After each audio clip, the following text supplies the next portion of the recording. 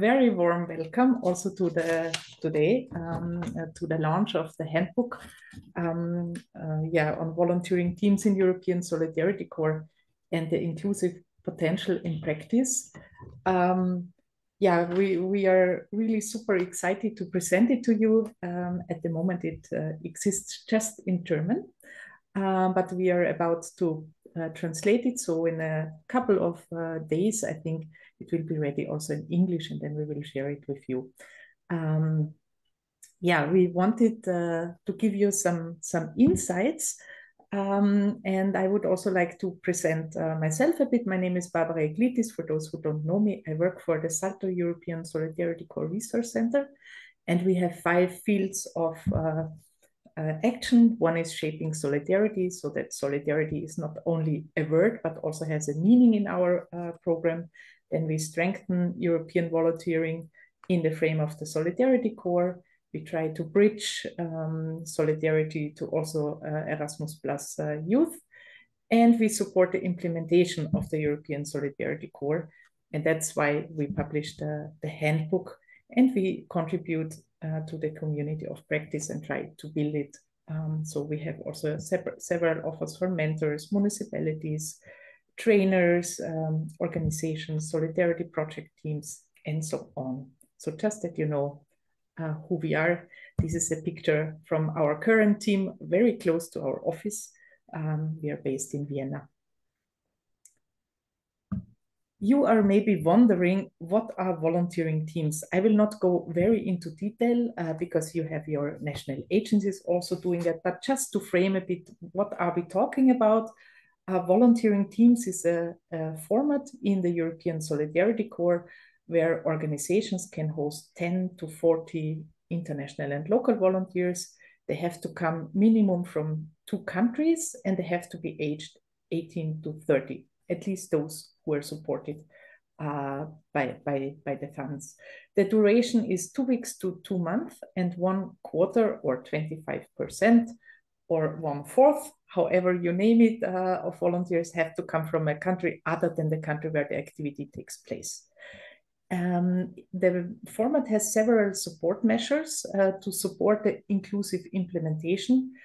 For instance, an advanced planning visit, several exceptional costs, and you can find really very concrete examples how organizations use that in the publication. So I will not go into detail here, but you will find really some concrete things in the publication. For further information, please contact your national agency. I think that's always the number one. You will get this presentation afterwards, and you will also have the link there. We, in the publication, were looking at volunteering team activities funded by national agencies, not by the executive agency, but just to have the complete picture. There's also a possibility, there is a special call for volunteering teams in high priority areas managed by the executive agency. Okay. I think you are very curious who is behind the publication, apart from me. You know me now already a bit. I would like to invite, and I'm very happy to have Lisa and Sarah with us to say a few words. Who are you and what brought you here to this presentation and to the handbook, actually? Yeah. So who's starting, Sarah? Sorry, Lisa. I thought I can start, but you can also start. Now you are here the first. You should definitely be the one starting. I just saw it. Okay, so thank you, Barbara, for your introduction and for the welcoming words. Hello from my side. My name is Lisa, and I'm, as you can read here, I'm a trainer, also internationally, but I also work in Germany on a local level. I work for an organization, or my organization is also hosting volunteers. So this is also another role I have in this European Solidarity Corps program. And what also gave me a lot of energy and enthusiasm in this project is that I was remembered of my kind of volunteering teams. So more than 10 years ago, it had a kind of different name and also different structure, but I did a short-term EVS a few years ago. That was also my entry point to the program.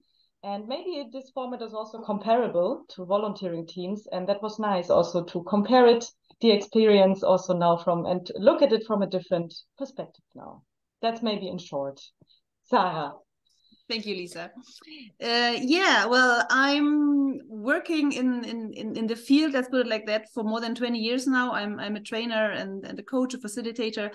And I enjoy very much when we get the chance to cooperate in activities like this, because I have the feeling we can reach more people, we can connect people. So my key focus in my overall work is always international cooperation, bringing people together from all over the world, but also from all kind of shapes, from all parts of society. And this is exactly what we try to do also with this publication, because we really wanted to have a good, easy, accessible tool. And it was a pleasure, to do the interviews, to work with this wonderful team. So I hope you will enjoy the publication. You will find it useful. Thank you. I think, Barbara, do you want to say 2 words more, or should we just start into like why this publication? So how did it happen that we said, okay, we need it? Yeah, because one of the things as a SALTO center we don't want to do is to create unuseful material. So we were a bit inspired because our German national agency colleagues piloted a partnership building activity for German-speaking organizations to network on volunteering teams. And in the preparation for this event, we found that there is very little material for organizations, like especially if you don't know what the format is about, there is not so much yet. So we thought, okay, let's think what is needed, what makes sense. We also asked several organizations what might be useful. We also asked other national agency colleagues, and we were also very clear that we don't want something theoretical. We wanted something practical, something really for organizations to be used. So that was a bit the basic.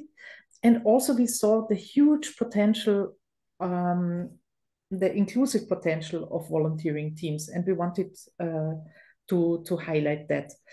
Why inclusive potential? I mean, it's not in the name. From what organizations shared with us, and also from the author's experience in the past, we saw that the group dynamic of volunteering teams is really empowering. For volunteers, it's I'm not alone, I can do this. It's a good entry point into engaging in society, volunteering in society. The short-term format is very supportive, and most of the activities we found are hands-on activities. So language does not matter so much than in other volunteering formats.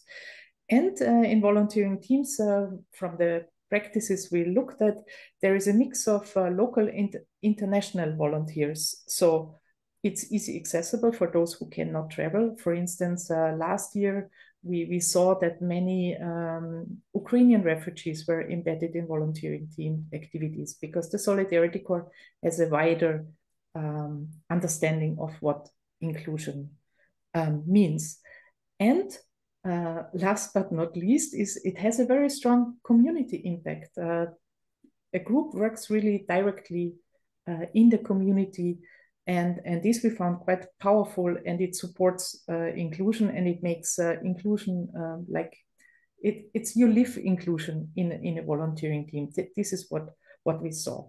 So when we asked you what do you expect from today, you answered you want to know what's going on in reality.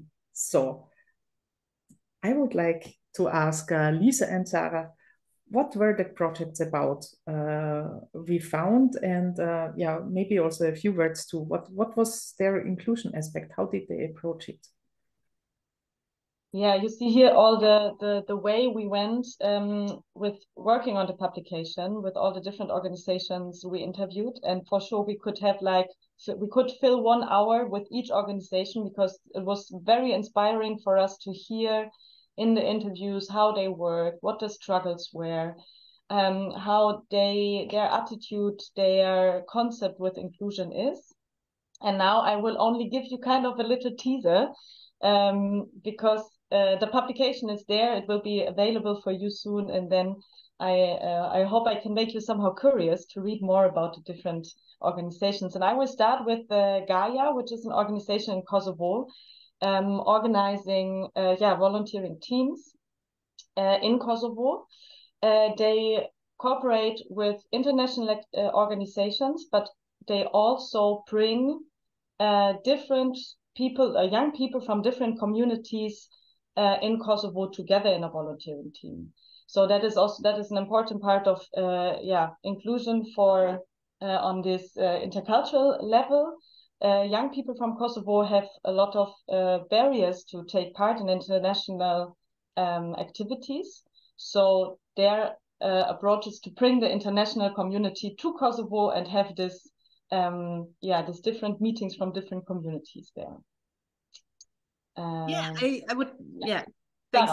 I would go on with the villa just to follow a little bit the flow. The villa in Leipzig is doing a project over a couple of years, and then with changing groups, with changing volunteers, and it is all about a big community garden that is placed in the city center in a interesting area of the city, let's put it like that. So there is a lot of things going on, and what their aim is to really have nowadays low barrier, but in the sooner future hopefully a complete barrier free garden where everybody, doesn't matter what is your background, what is your physical constitution, whatever, can be working with the plants, harvesting. So this is the concept behind it, and they are very close to reach it. And they have every year, they are hosting a team that is really hands-on trying out. They are figuring out, they are detecting what is still in process, what is going on. And they really, really enjoy the fact of having such a broad community to be reached. And for us, it was super inspiring to listen to them. And I'm still, so inspired that I'm thinking we definitely need more of that. We need more of these places because it's a green oasis in the city center and it is available and enjoyable for everybody. So in a few words, a fantastic project and really inclusive on all levels, on all areas. Sorry, that was the frog. Lisa, should I continue with Walberberg, or do you want to continue with Spolek? No, let's continue the way and then.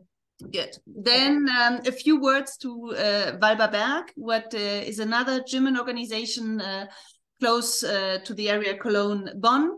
And what really makes them, I don't want to say special, but what I would really like to highlight is their big impact with local organizations, with different local communities. They have really a huge network. So it is not just this one big project that is also wonderful and nice, but it is really having an impact on society. So on day-to-day activities, interacting with people that are usually living there, working with institutions that are having more a Christian background or more an ecological background. So they are really open to just connect people, bring people together. And this is what they do also with this diverse team. So they host for a couple of years now already a volunteering team, and they really decide upon the needs of society. So it is not this one project, it is like, okay, let's see, where can we imagine a cooperation? So it is very diverse in what they do and how they do it. So I also consider it is a very inspiring point to have own ideas. So to find your own idea, to say, okay, what about this? Let's try it out. Thank you.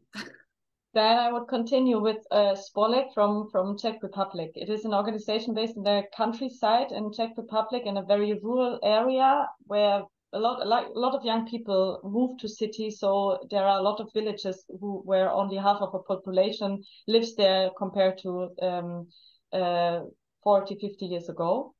And they try to bring life into these villages again. And they try to have long-term volunteers, but also they have long-term volunteers, but also volunteering teams where they try to enrich these communities, the people who are still there, to start something that is interactive with the local community. So they have a lot of agricultural projects, but also cultural projects where they organize a festival, and then not only for the international community which is there, but also for the local community.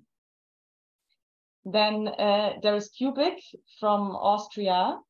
And what I want to highlight here is that they are part of a network called Rückenwind. So translated in English, I think it's kind of a wind coming from the back. And they established this network with a lot of organizations all over Europe over a long period already. And this gives them the possibility to integrate or include a lot of young people who have not the access to international activities, and also are afraid to go.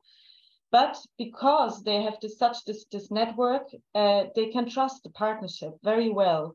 So they can work in detail together. They know that they have the same attitude of inclusion. They are, because of this long network, because they know each other very good, they can also include different kind of people. And then there is the cave park Grabovaca in Croatia. It's a natural park with a lot of caves. And in the volunteering teams, they work in the caves. They cooperate with scientists, from the archaeological center from the university.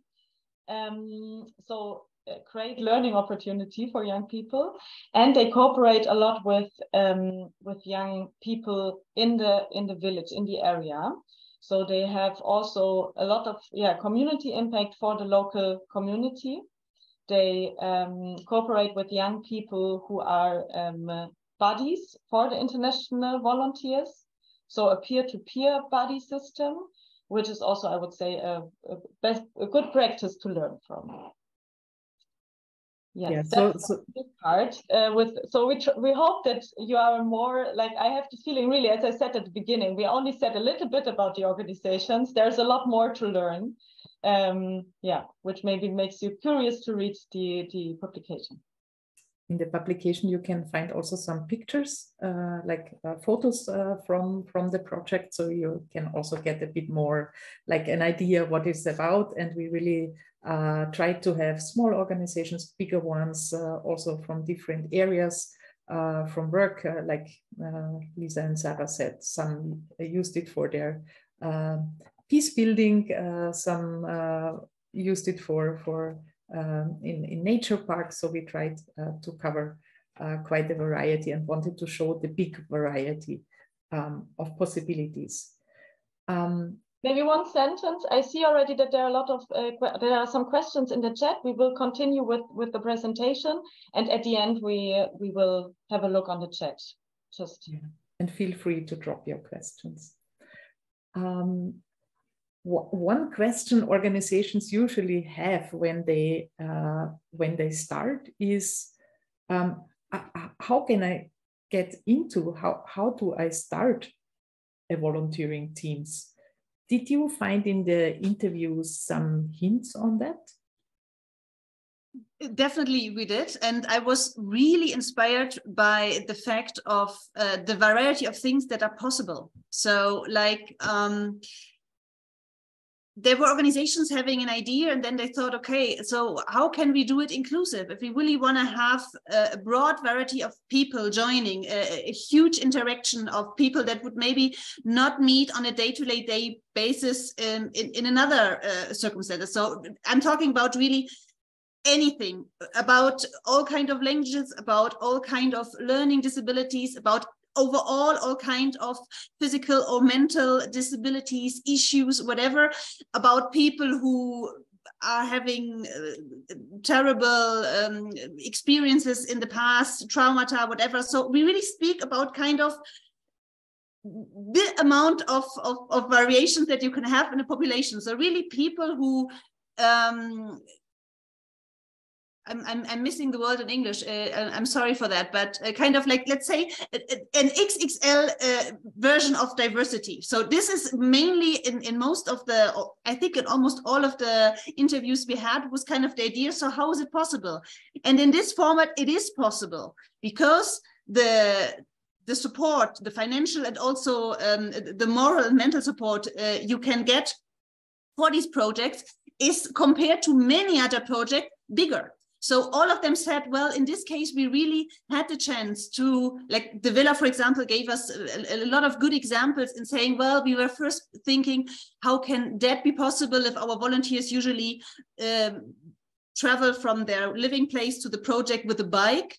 And then if not everybody can use a bike, but then they rented a rickshaw and they had other volunteers cooperating and finding ways to it. So the clue that at the end kind of came out was like everything is possible, just not always at the same time. Meaning like sometimes I might be overwhelmed from a situation where the things get not too diverse, but kind of too challenging, but then to figure out, okay, we set now this focus and now that and that and that, and we make it happen. So in all of the cases we interviewed, it was an inspiring idea, something we wanted to do was first, and then checking the framework, what is possible, where do I get support? And there is a lot of support, and the brochure is also, like the publication we put is really set up with a lot of links, with a lot of hints for you to connect. So it's a really hands-on concept to say, okay, I have a good idea and I basically want to start.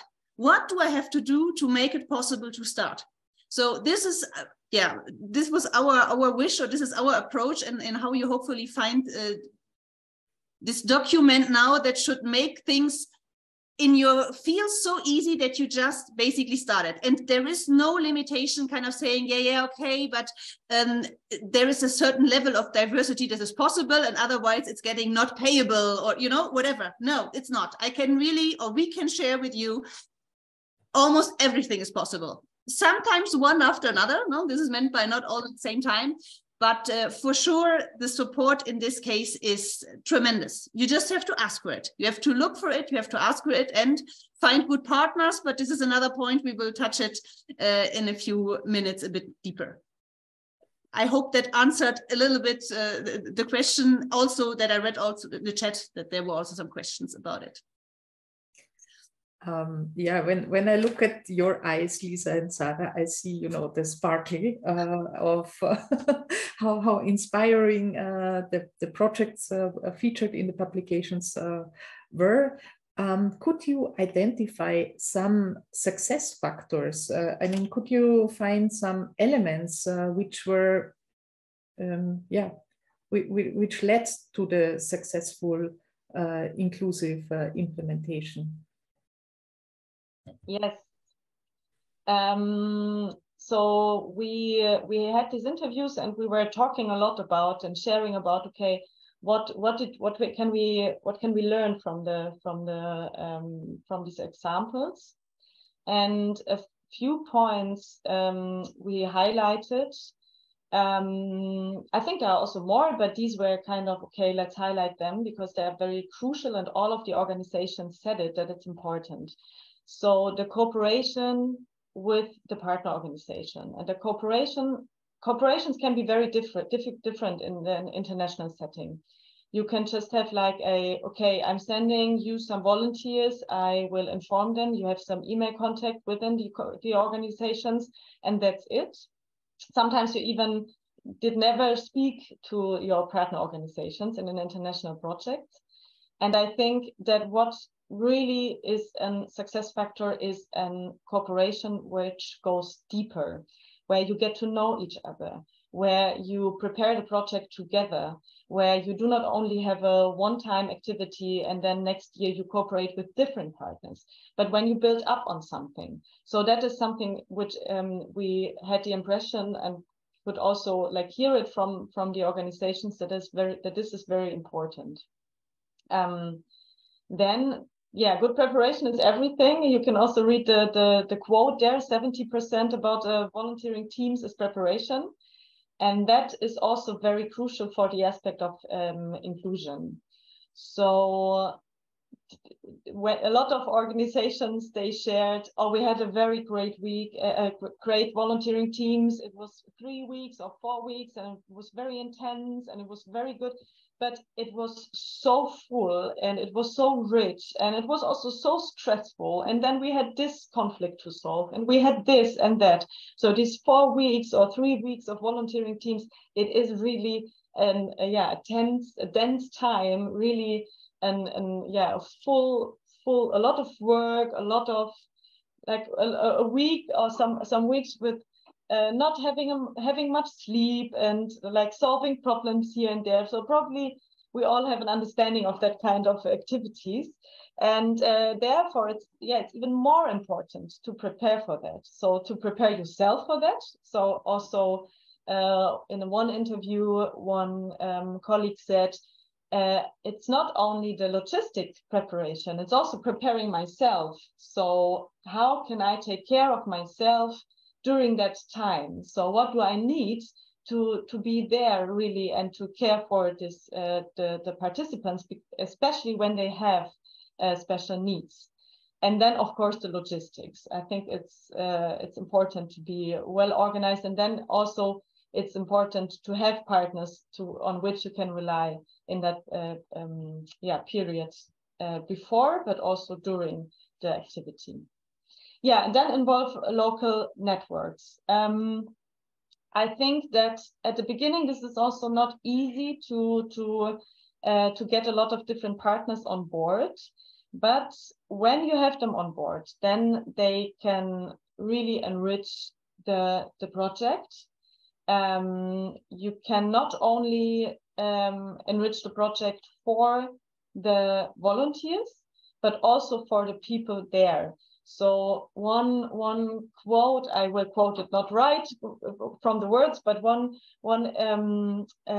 quote was also, so we are opening a window to Europe for the local communities. So the local community is also learning, and that is also especially in rural areas, that is also an important enriching factor for the success of these volunteering teams.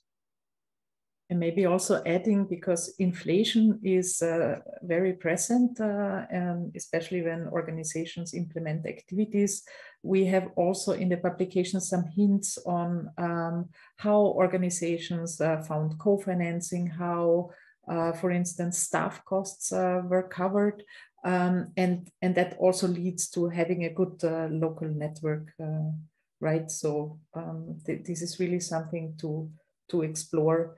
And and also half of the projects shared that they involved also local volunteers who are not in the age range as part of the local environment in their project. So because someone asked, how can I get involved if I'm over 30? So if such a project is done, or maybe you just do it in your environment, then you also do not need to take care of the age limit for the local community, because this is the community you work in. And Barbara, adding on that, when you talk about additional funding and inflation and challenging situations with the budget, there is another example from an organization, or two organizations, I actually think. They cooperated with local farmers and asked them, look, we're having this volunteering team, we want to do this.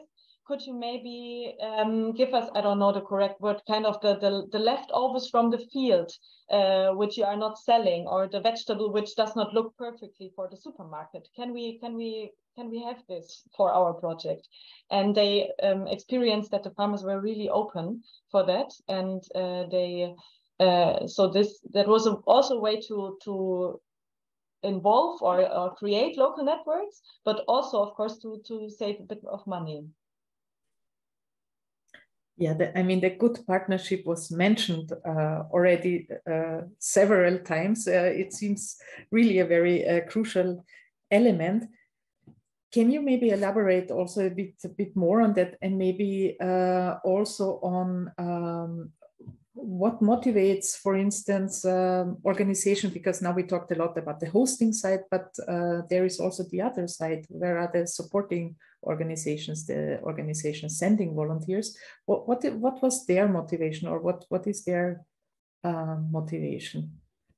Well, sorry, by the way, I hope you can still listen to me. I have a little bit of a nose trouble about my hay fever, but I hope it's still okay.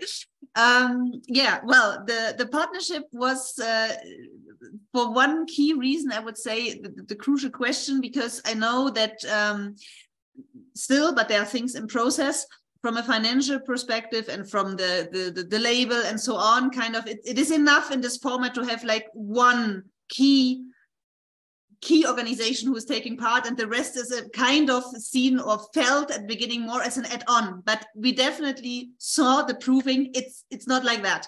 The essential is really to have a deep cooperation, and then ideally also kind of mutually exchange. Like in the example of Walberberg, for example, they say, well, we have our established partnerships, and then we kind of really do it like a triangle. No, we exchange. We want to have participants that are really prepared, that get really support, especially if I talk about participants that need maybe a bit more of support, travel-wise or organizational-wise, with technical issues and so on. So they really figured out the essential is to have these good partners. And now the other crucial question was, but how do I get these partners? I mean, it makes sense to establish a good partnership, but where do I find them? And then at least two of our interviewed partners made it really clear, this networking aspect, also what you are doing here now, this meeting others, checking, okay, who might have a mutual interest, with whom I feel on one level, what is our, let's say, quality factor, like what does mean a good volunteering team for us? Does it mean the same for my partners? And there is the possibility on a supported, also financially supported level, to meet your partners, to meet with experts, to sit on one table in location A and say, okay, what do we expect from this project? How do we want to cooperate? So it is not that I just have to trust on, I don't know, somebody I met once somewhere, well, let's hope it's going to work. No, it is the other way around. It's really checking out, okay, with whom can I imagine to do something like that, and then establish exactly that, ask for financial support for that, meet with experts, set up your quality standards, and establish a relationship that is longer lasting. And this was the success that we heard from all of them. Usually it is a cooperation, not just for this one-time event, but really for a couple of times, at least a couple of years. In some cases, I talked to Walberberg, they told me, well, they have some established relationships for 20 years now to other organizations, no? Europe-wide or even worldwide. In this focus, we are more on the European aspect. So there are a lot of opportunities. We put there by purpose our SALTO European training calendar, where are tons of options. And as in many other surroundings too, it is all about knowing people, meeting people, getting in touch and figuring out, okay, what do we really want? And this is something, and we will come to that in a sec, that we also experienced on our first face-to-face, because we did exactly that. We brought organizations together beginning of this year in Frankfurt, and we tried it out. And I can see that the results are a success, and this is exactly proving what is our feeling. It is about with whom you cooperate. It is not just about what you do, but also with whom. And adding to that, Sarah, if I'm allowed to, I just want to add one more thing to what you said with the concrete examples from an interview. We not only asked about the organization, please share us your success stories. We also asked them, okay, what did not work out? What was complicated? What was not successful? And one key aspect was that they said, okay, this volunteering team, it did not work out because the cooperation with the partnerships was not well. And a concrete example is participants came and then they realized, oh, I had completely different expectations because they were not well prepared from the partner organizations. So that was a learning from a conflict situation, that they really had, that participants came to the volunteering teams and said, look, this is not what I expected, and I leave because I cannot stay here. And then they said, yeah, but why? You know, it was clear what you will expect here. And then they showed, okay, it was not clear because the communication was not well done before. And that maybe is one concrete example to understand also these good partnerships. Yeah, you mentioned it already, and so I will also ask the question. You mentioned the seminar in Germany, which happened not so long time ago, and we see already, that the networking worked and the organizations matched and are already sending their participants around. So I wanted to ask you, what were the highlights from the partnership building activity? But also maybe linking to the inclusive aspect of the project. Is there anything you found worth sharing? Yeah, so I think the most, or one of the most valuable parts of it was the networking on an international, but also on a national level. So not all of the, like, it was a German-speaking seminar or training. So people, organizations and participants from Luxembourg, Germany, and Austria were there. And also within Germany and within Austria, not everyone knew each other. So it was not only on an international level networking space, but also on a national level. It was also, networking is, of course, networking is important, that you can start future projects and that you know a lot of people and that you have like different people to contact in different situations, that you know them. That is one part of networking, but that another part of networking was also on a content level, I would say. So we talked about inclusion, we shared different project examples, we also shared dilemma situations which come up when we talk about inclusion, the feeling of situations that cannot be solved, or the reflection of the own privileges. That also is, when we talk about inclusion, that also is part of that.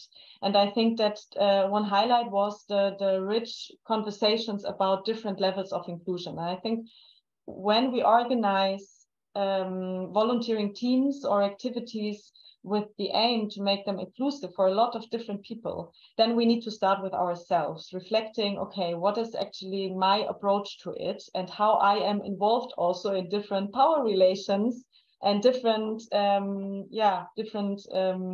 approaches to it. And that was a great exchange. Then it was German speaking, which lowered a lot of barriers for participation. So when you as an organization, or when a youth worker wants to start an international project and maybe themselves is not perfectly fluid in English, then the inclusion starts with this youth worker. So we had the impression that it was, for a lot of participants, very helpful to start in German, to get a start, because if it would have been in English, maybe half of the group would not apply to participate in this training. So that was also, I think, an important point. And we would encourage different